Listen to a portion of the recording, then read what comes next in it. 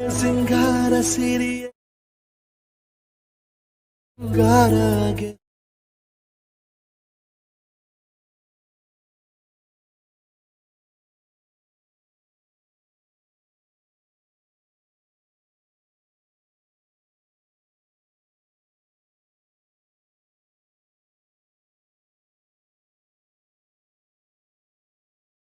Hi guys, welcome to NS creations ಅವನ್ YouTube channel. Guys, ನಾನು Sagar ಇತ್ಸಲ್ Gowda. Guys, ಈ ಒಂದು ವಿಡಿಯೋದಲ್ಲಿ ನಾನು ನಿಮಗೆ ಏನು ತಿಳಿಸ್ಕೊಡ್ತೇನೆ ಅಂದರೆ, ನೀವು ಡೆಮೋಲಿ ನೋಡಿದ್ದೀರಲ್ವ, ಈ ರೀತಿ ಒಂದು ಸ್ಟಡಸ್ ವಿಡಿಯೋನ ನೀವು ಕೂಡ ನಿಮ್ಮ ಒಂದು ಅಲೈಟ್ ಮೋಷನ್ ಅಪ್ಲಿಕೇಶನಲ್ಲಿ ನೀವು ಯಾರ ಫೋಟೋಸ್ನ ಆ್ಯಡ್ ಮಾಡಬೇಕು ಅಂದ್ಕೊಂಡಿರ್ತೀರೋ ಅವರ ಫೋಟೋನ ಆ್ಯಡ್ ಮಾಡಿಬಿಟ್ಟು ಈ ರೀತಿ ಒಂದು ಟ್ರೆಂಡಿಂಗ್ ಸ್ಟಡಸ್ ವಿಡಿಯೋನ ಅಲೈಟ್ ಮೋಷನ್ ಅಪ್ಲಿಕೇಶನಲ್ಲಿ ಯಾವ ರೀತಿ ಎಡಿಟ್ ಮಾಡ್ಕೊಬೇಕು ಅನ್ನೋದು ಕಂಪ್ಲೀಟ್ ಇನ್ಫಾರ್ಮೇಷನ್ ಈ ಒಂದು ವಿಡಿಯೋದಲ್ಲಿ ನಾನು ನಿಮಗೆ ತಿಳಿಸ್ಕೊಡ್ತೇನೆ. ಅದಕ್ಕೂ ಮುಂಚೆ ನೀವಿನ್ನೂ ನಮ್ಮ ಚಾನಲ್ಗೆ ಸಬ್ಸ್ಕ್ರೈಬ್ ಆಗಿಲ್ಲ ಅಂದರೆ ಕೂಡಲೇ ಸಬ್ಸ್ಕ್ರೈಬ್ ಆಗಿ ಮತ್ತು ಪಕ್ಕದಲ್ಲಿರೋ ಬಟನ್ನ ಪ್ರೆಸ್ ಮಾಡಿ. ನಾನು ಯಾವುದೋ ಒಂದು ಹೊಸ ವಿಡಿಯೋ ಅಪ್ಲೋಡ್ ಮಾಡಿರೋ ನಿಮಗೆ ನೋಟಿಫಿಕೇಶನ್ ಆಗಿ ಬರುತ್ತೆ.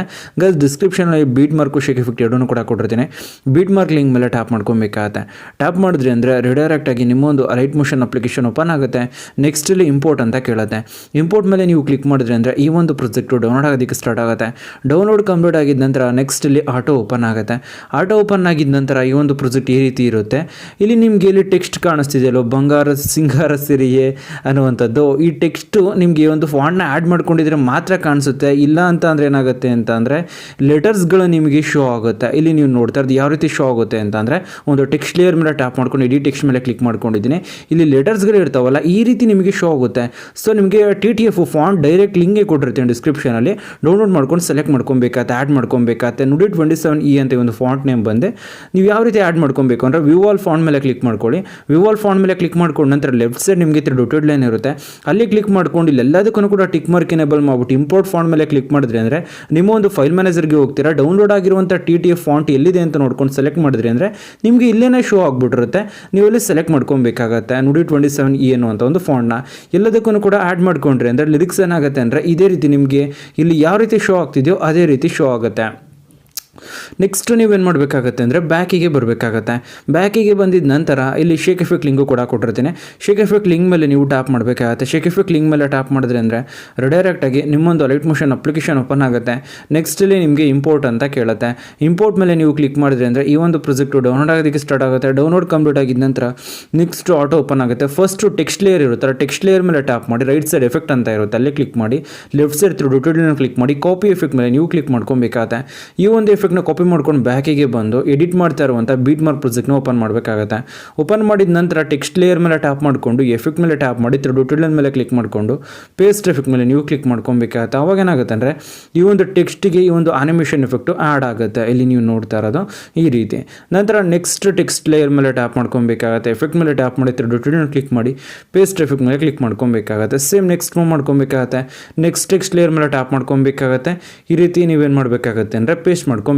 ಎಫೆಕ್ಟ್ನ ನೀವು ಕಂಪ್ಲೀಟ್ ಎಲ್ಲ ಟೆಕ್ಸ್ಟ್ ಲೇಯರ್ಸ್ಗೂ ಕೂಡ ಈ ರೀತಿ ಎಫೆಕ್ಟ್ನ ನೀವು ಪೇಸ್ಟ್ ಮಾಡ್ಕೊಬೇಕಾಗತ್ತೆ.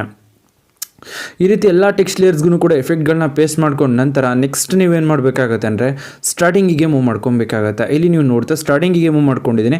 ಫೋಟೋನ ಆ್ಯಡ್ ಮಾಡಬೇಕಾಗತ್ತೆ. ರೈಟ್ ಸೈಡ್ ನಿಮಗೆ ಪ್ಲಸ್ ಮಾರ್ಕ್ ಇರುತ್ತೆ, ಅಲ್ಲೇ ಕ್ಲಿಕ್ ಮಾಡಿ ಮೀಡಿಯಾ ಮೇಲೆ ಕ್ಲಿಕ್ ಮಾಡಬೇಕಾಗತ್ತೆ. ನೀವು ಯಾರೋ ಒಂದು ಫೋಟೋ ಆ್ಯಡ್ ಮಾಡಬೇಕು ಅಂದ್ಕೊಂಡಿರ್ತೀರೋ ಅವರ ಫೋಟೋನ ಸೆಲೆಕ್ಟ್ ಮಾಡ್ಕೊಬೇಕಾಗತ್ತೆ. ಇಲ್ಲಿ ನೀವು ನೋಡ್ತಾ ಇರೋದು ನಾನು ಏನು ಮಾಡ್ಕೊತಾ ಇದ್ದೀನಿ ಅಂದರೆ ಫೋಟೋನ ಸೆಲೆಕ್ಟ್ ಮಾಡ್ಕೊಂಡಿದ್ದೀನಿ. ಸೆಲೆಕ್ಟ್ ಮಾಡ್ಕೊಂಡು ನಂತರ ನೆಕ್ಸ್ಟ್ ನೀವು ನೋಡೋಕ್ಕಾಗತ್ತೆ ಅಂದರೆ ಡ್ಯೂರೇಷನ್ನು ನೆಕ್ಸ್ಟ್ ಬೀಟ್ ಮಾರ್ಕ್ ಹತ್ರ ನೀವು ಮೂವ್ ಮಾಡಬಾರ್ದು.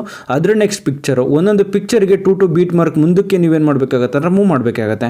ಈ ಒಂದು ಸೆಕೆಂಡ್ ಆಪ್ಷನ್ ಮೇಲೆ ಕ್ಲಿಕ್ ಮಾಡಿದ್ರಿ ಅಂತ ಅಂದರೆ ಏನಾಗುತ್ತೆ ಅಂದರೆ ಅಲ್ಲಿವರೆಗೂ ಕೂಡ ಡ್ಯೂರೇಷನ್ ಇನ್ಕ್ರೀಸ್ ಆಗುತ್ತೆ. ಮತ್ತೆ ಪ್ಲಸ್ ಮಾರ್ಕ್ ಮೇಲೆ ಟ್ಯಾಪ್ ಮಾಡಿ ಮೀಡಿಯಾ ಮೇಲೆ ಕ್ಲಿಕ್ ಮಾಡ್ಕೊಬೇಕಾಗತ್ತೆ. ಸೇಮ್ ಇಲ್ಲೂ ಕೂಡ ನೀವೇನು ಮಾಡಬೇಕಾಗತ್ತೆ ಅಂದರೆ ಫೋಟೋನ ಸೆಲೆಕ್ಟ್ ಮಾಡ್ಕೊಬೇಕಾಗತ್ತೆ. ಫೋಟೋನ ಸೆಲೆಕ್ಟ್ ಮಾಡ್ಕೊಂಡು ನಂತರ ನೆಕ್ಸ್ಟ್ ನೀವೇನು ಮಾಡೋಕ್ಕಾಗುತ್ತೆ ಅಂದರೆ ನೆಕ್ಸ್ಟ್ ಬೀಟ್ ಮಾರ್ಕ್ ಅಲ್ಲ, ಅದರ ನೆಕ್ಸ್ಟ್ ಬೀಟ್ ಮಾರ್ಕು 2 ಬೀಟ್ ಮಾರ್ಕಿಗೆ ಒಂದೊಂದು ಪಿಕ್ಚರ್ನ ನೀವು ಆ್ಯಡ್ ಮಾಡಬೇಕಾಗತ್ತೆ. ಇಲ್ಲಾಂದರೆ ಜಾಸ್ತಿ ಪಿಕ್ಚರ್ಸ್ಗಳನ್ನ ಆ್ಯಡ್ ಮಾಡಬೇಕಾಗತ್ತೆ. ಅದಕ್ಕೋಸ್ಕರ 2 ಬೀಟ್ ಮಾರ್ಕಿಗೆ ಒಂದೊಂದು ಪಿಕ್ಚರ್ನ ನೀವೇನು ಮಾಡಬೇಕಾಗತ್ತೆ ಕಂಪ್ಲೀಟ್ ಎಂಡ್ವರೆಗೂ ಕೂಡ ಈ ರೀತಿ ಆ್ಯಡ್ ಮಾಡ್ಕೊಬೇಕಾಗತ್ತೆ. ಆ್ಯಡ್ ಮಾಡ್ಕೊಂಡು ನಂತರ ನೆಕ್ಸ್ಟ್ ಸ್ಟಾರ್ಟಿಂಗಿಗೆ ಮೂವ್ ಮಾಡ್ಕೊಬೇಕಾಗತ್ತೆ. ಈ ಒಂದು ಇಮೇಜ್ ಮೇಲೆ ಲಾಂಗ್ ಪ್ರೆಸ್ ಮಾಡಿಕೊಂಡು ಇದನ್ನು ನೀವೇನು ಮಾಡಬೇಕಾಗತ್ತೆ ಅಂತಂದರೆ ಬಾಟಮ್ಗೆ ತೊಗೊಬೇಕಾಗತ್ತೆ. ಇಲ್ಲಿ ನೀವು ನೋಡ್ತಾ ಇರೋದು ಈ ಲಿರಿಕ್ಸ್ ಇರುತ್ತಲ್ಲ, ಲಿರಿಕ್ಸ್ ಟೆಕ್ಸ್ಟ್ ಲೇಯರ್ಸ್ಗಳಿರುತ್ತಲ್ಲ, ಆ ಟೆಕ್ಸ್ಟ್ ಲೇಯರಿಂದ ಕೆಳಗಡೆಗೆ ಅಂದರೆ ಇಲ್ಲಿ ಬ್ಯಾಕ್ಗ್ರೌಂಡ್ ಇಮೇಜ್ ಇರುತ್ತೆ, ಅದರಿಂದ ಕೆಳಗಡೆಗಲ್ಲ, ಅದರಿಂದ ಮೇಲೇ ಇಟ್ಕೊಬೇಕಾಗತ್ತೆ.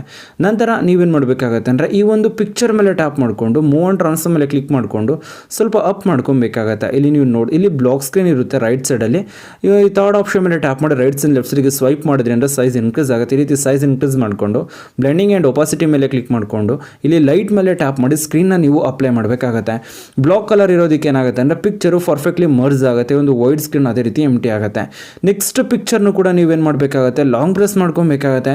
ಇದನ್ನು ಬಾಟಮ್ಗೆ ತೊಗೊಂಡು ಬರಬೇಕಾಗತ್ತೆ. ಈ ಟೆಕ್ಸ್ಟ್ ಲೇಯರ್ಸ್ಗಳಿರುತ್ತಲ್ಲ ಅದರಿಂದ ಕೆಳಗಡೆಗೆ ಮತ್ತು ಬ್ಯಾಕ್ಗ್ರೌಂಡ್ ಇಮೇಜ್ ಇರುತ್ತಲ್ಲ ಅದರಿಂದ ಮೇಲ್ಗಡೆಗೆ ಈ ಒಂದು ಬ್ಯಾಕ್ಗ್ರೌಂಡ್ ಇಮೇಜ್ ಕೆಳಗಡೆಗೆ ಆ್ಯಡ್ ಮಾಡಿದ್ರೆ ಪಿಕ್ಚರ್ ಕಾಣಿಸೋದಿಲ್ಲ. ಅದಕ್ಕೋಸ್ಕರ ನಂತರ ಪಿಕ್ಚರ್ ಮೇಲೆ ಟ್ಯಾಪ್ ಮಾಡಿ ಮೂವ್ ಆ್ಯಂಡ್ ಟ್ರಾನ್ಸ್ಫರ್ ಮೇಲೆ ಕ್ಲಿಕ್ ಮಾಡಿಕೊಂಡು ಸ್ವಲ್ಪ ಒಂದು ರೈಟ್ ಸೈಡ್ ಬ್ಲಾಕ್ ಸ್ಕ್ರೀನ್ ಇರುತ್ತಲ್ಲ ಅದನ್ನು ಕವರ್ ಮಾಡ್ಕೊಬೇಕಾಗತ್ತೆ. ಈ ರೀತಿ ಕವರ್ ಮಾಡ್ಕೊಂಡು ನಂತರ ನೆಕ್ಸ್ಟ್ ನೀವೇನು ಮಾಡಬೇಕಾಗತ್ತೆ ಅಂದರೆ ಬ್ಲೆಂಡಿಂಗ್ ಆ್ಯಂಡ್ ಒಪಾಸಿಟಿ ಮೇಲೆ ಕ್ಲಿಕ್ ಮಾಡಿಕೊಂಡು ಲೈಟ್ ಮೇಲೆ ಟ್ಯಾಪ್ ಮಾಡಿಕೊಂಡು ಸ್ಕ್ರೀನ್ ಅಪ್ಲೈ ಮಾಡ್ಕೊಬೇಕಾಗುತ್ತೆ. ಪರ್ಫೆಕ್ಟ್ಲಿ ಏನಾಗುತ್ತೆ ಅಂದರೆ ನಮಗೆ ಇಲ್ಲಿ ಫೇಸು ನಮಗೆ ಶೋ ಆಗುತ್ತೆ. ಕಂಪ್ಲೀಟ್ ಎಂಡ್ವರೆಗೂ ಕೂಡ ನೀವೇನು ಮಾಡಬೇಕಾಗತ್ತೆ ಅಂದರೆ ಸೇಮ್ ಪ್ರೊಸೀಜರ್ನ ಫಾಲೋ ಮಾಡಬೇಕಾಗತ್ತೆ. ಲಾಂಗ್ ಪ್ರೆಸ್ ಮಾಡ್ಕೊಬೇಕಾಗತ್ತೆ. ಪಿಕ್ಚರ್ ಮೇಲೆ ಈ ಟೆಕ್ಸ್ಟ್ ಲೇಯರ್ ಇರುತ್ತಲ್ಲ ಟೆಕ್ಸ್ಟ್ ಲೇಯರ್ ಬಾಟಮಿಗೆ ನೀವು ಈ ಒಂದು ಪಿಕ್ಚರ್ನ ಆ್ಯಡ್ ಮಾಡಬೇಕಾಗತ್ತೆ. ಬ್ಯಾಕ್ಗ್ರೌಂಡ್ ಇಮೇಜ್ ಕೆಳಗಡೆಗೆಲ್ಲ ಬ್ಯಾಕ್ಗ್ರೌಂಡ್ ಇಮೇಜ್ಗಿಂತ ಮೇಲ್ಗಡೆಗೆ ನಿಲ್ಲಿಸ್ಕೊಬೇಕಾಗತ್ತೆ. ಮತ್ತು ಪಿಕ್ಚರ್ ಮೇಲೆ ಟ್ಯಾಪ್ ಮಾಡಿ ಮೂವ್ ಟ್ರಾನ್ಸ್ಫರ್ ಮೇಲೆ ಕ್ಲಿಕ್ ಮಾಡಿ ರೈಟ್ ಸೈಡ್ಗೆ ತೊಗೊಂಡು ಬರಬೇಕಾಗತ್ತೆ. ರೈಟ್ ಸೈಡ್ಗೆ ತೊಗೊಂಡು ಬಂದ ನಂತರ ಒಂದು ಥರ್ಡ್ ಆಪ್ಷನ್ ಮೇಲೆ ಟ್ಯಾಪ್ ಮಾಡಿ ಸೈಜ್ ಇನ್ಕ್ರೀಸ್ ಮಾಡಬೇಕಾಗತ್ತೆ. ಇನ್ಕ್ರೀಸ್ ಮಾಡ್ಕೊಂಡು ನಂತರ ಬ್ಲೆಂಡಿಂಗ್ ಆ್ಯಂಡ್ ಒಪಾಸಿಟಿ ಮೇಲೆ ಕ್ಲಿಕ್ ಮಾಡ್ಕೊಬೇಕಾಗತ್ತೆ. ಲೈಟ್ ಮೇಲೆ ಟ್ಯಾಪ್ ಮಾಡಿ ಸ್ಕ್ರೀನ್ ಅಪ್ಲೈ ಮಾಡಿದ್ರೆ ಅಂದರೆ ಬ್ಲಾಕ್ ಕಲರ್ ರಿಮೂವ್ ಆಗುತ್ತೆ. ನಮಗೆ ಇಲ್ಲಿ ಲಿರಿಕ್ಸ್ ಶೋ ಆಗ್ತಾ ಇರುತ್ತೆ. ಇಲ್ಲಿ ನೀವು ನೋಡ್ತಾ ಈ ರೀತಿ ಸೇಮ್ ಕಂಪ್ಲೀಟ್ ಎಂಡ್ವರೆಗೂ ಕೂಡ ಇದೇ ರೀತಿ ನೀವೇನು ಮಾಡಬೇಕಾಗುತ್ತೆ ಫೋಟೋಸ್ಗಳನ್ನ ಆ್ಯಡ್ ಮಾಡಬೇಕಾಗುತ್ತೆ. ಈ ರೀತಿ ಫೋಟೋಸ್ಗಳನ್ನ ಆ್ಯಡ್ ಮಾಡ್ಕೊಂಡು ನಂತರ ನೆಕ್ಸ್ಟ್ ನೀವೇನು ಮಾಡಬೇಕಾಗತ್ತೆ ಅಂದರೆ ಸ್ಟಾರ್ಟಿಂಗಿಗೆ ಮೂವ್ ಮಾಡ್ಕೊಬೇಕಾಗತ್ತೆ. ಸ್ಟಾರ್ಟಿಂಗಿಗೆ ಮೂವ್ ಮಾಡ್ಕೊಂಡು ಬ್ಯಾಕಿಗೆ ಬರಬೇಕಾಗತ್ತೆ. ಬ್ಯಾಕಿಗೆ ಬಂದ್ರಿ ಅಂದರೆ ಶೇಕ್ ಎಫೆಕ್ಟ್ ಇರುತ್ತಲ್ಲ ಒಂದು ಟೆಕ್ಸ್ಟ್ ಅನಿಮೇಷನ್ ಎಫೆಕ್ಟ್ ಆಗುತ್ತೆ. ನೆಕ್ಸ್ಟ್ ಪಿಕ್ಚರ್ದು ಸೊ ಸೆಕೆಂಡ್ ಲೇಯರ್ ಮೇಲೆ ಟ್ಯಾಪ್ ಮಾಡ್ಕೊಬೇಕಾಗತ್ತೆ. ಸೆಕೆಂಡ್ ಲೇಯರ್ ಮೇಲೆ ಟ್ಯಾಪ್ ಮಾಡಿಕೊಂಡು ಎಫೆಕ್ಟ್ ಮೇಲೆ ಟ್ಯಾಪ್ ಮಾಡಿ ಟ್ಯುಟೋರಿಯಲ್ ಮೇಲೆ ಕ್ಲಿಕ್ ಮಾಡಿಕೊಂಡು ಕಾಪಿ ಎಫೆಕ್ಟ್ ಮೇಲೆ ನೀವು ಕ್ಲಿಕ್ ಮಾಡ್ಕೊಬೇಕಾಗತ್ತೆ. ಕಾಪಿ ಎಫೆಕ್ಟ್ ಮೇಲೆ ಕ್ಲಿಕ್ ಮಾಡ್ಕೊಂಡು ನಂತರ ನೆಕ್ಸ್ಟ್ ಬ್ಯಾಕಿಗೆ ಬರಬೇಕಾಗತ್ತೆ. ಬ್ಯಾಕಿಗೆ ಬಂದಿದ್ದ ನಂತರ ಎಡಿಟ್ ಮಾಡ್ತಾ ಇರುವಂಥ ಬೀಟ್ ಮಾರ್ಕ್ ಪ್ರಾಜೆಕ್ಟ್ನ ಓಪನ್ ಮಾಡ್ಕೊಬೇಕಾಗತ್ತೆ. ಪಿಕ್ಚರ್ ಮೇಲೆ ಟ್ಯಾಪ್ ಮಾಡ್ಕೊಬೇಕಾಗತ್ತೆ. ಪಿಕ್ಚರ್ ಮೇಲೆ ಟ್ಯಾಪ್ ಮಾಡ್ಕೊಂಡು ನಂತರ ರೈಟ್ ಸೈಡ್ ನಿಮಗೆ ಎಫೆಕ್ಟ್ ಅಂತ ಇರುತ್ತೆ. ಎಫೆಕ್ಟ್ ಮೇಲೆ ಟ್ಯಾಪ್ ಮಾಡಿದ್ರೆ ಟ್ಯುಟೋರಿಯಲ್ ಮೇಲೆ ಕ್ಲಿಕ್ ಮಾಡಿಕೊಂಡು ಪೇಸ್ಟ್ ಎಫೆಕ್ಟ್ ಮೇಲೆ ಕ್ಲಿಕ್ ಮಾಡ್ಕೊಬೇಕಾಗತ್ತೆ. ಇಲ್ಲಿ ನೀವು ನೋಡ್ತಾ ಈ ರೀತಿ ಮತ್ತು ಸ್ಟಾರ್ಟಿಂಗಿಗೆ ಮೂವ್ ಮಾಡ್ಕೊಂಡಿದ್ದೀನಿ, ವಿಡಿಯೋನ ಅಪ್ಲೈ ಮಾಡ್ಕೊಂಡಿದ್ದೀನಿ. ತುಂಬಾ ಬ್ಯೂಟಿಫುಲ್ ಆಗಿ ಏನಾಗ್ತಾ ಇರುತ್ತೆ ಅಂದರೆ ಈ ಒಂದು ಮೂವಿಂಗ್ ಅನಿಮೇಷನ್ ಎಫೆಕ್ಟು ನಮಗೆ ಇಲ್ಲಿ ಶೋ ಆಗ್ತಾ ಇರುತ್ತೆ. ಸೇಮ್ ನೆಕ್ಸ್ಟ್ ಮೂವ್ ಮಾಡ್ಕೊಬೇಕಾಗತ್ತೆ. ನೆಕ್ಸ್ಟ್ ಮೂವ್ ಮಾಡ್ಕೊಂಡು ನಂತರ ನೆಕ್ಸ್ಟ್ ಪಿಕ್ಚರ್ ಮೇಲೆ ಟ್ಯಾಪ್ ಮಾಡಿಕೊಂಡು ಎಫೆಕ್ಟ್ ಮೇಲೆ ಟ್ಯಾಪ್ ಮಾಡಿ ಟ್ಯುಟೋರಿಯಲ್ ಕ್ಲಿಕ್ ಮಾಡಿ ಪೇಸ್ಟ್ ಎಫೆಕ್ಟ್ ಮೇಲೆ ಕ್ಲಿಕ್ ಮಾಡ್ಕೊಬೇಕಾಗತ್ತೆ.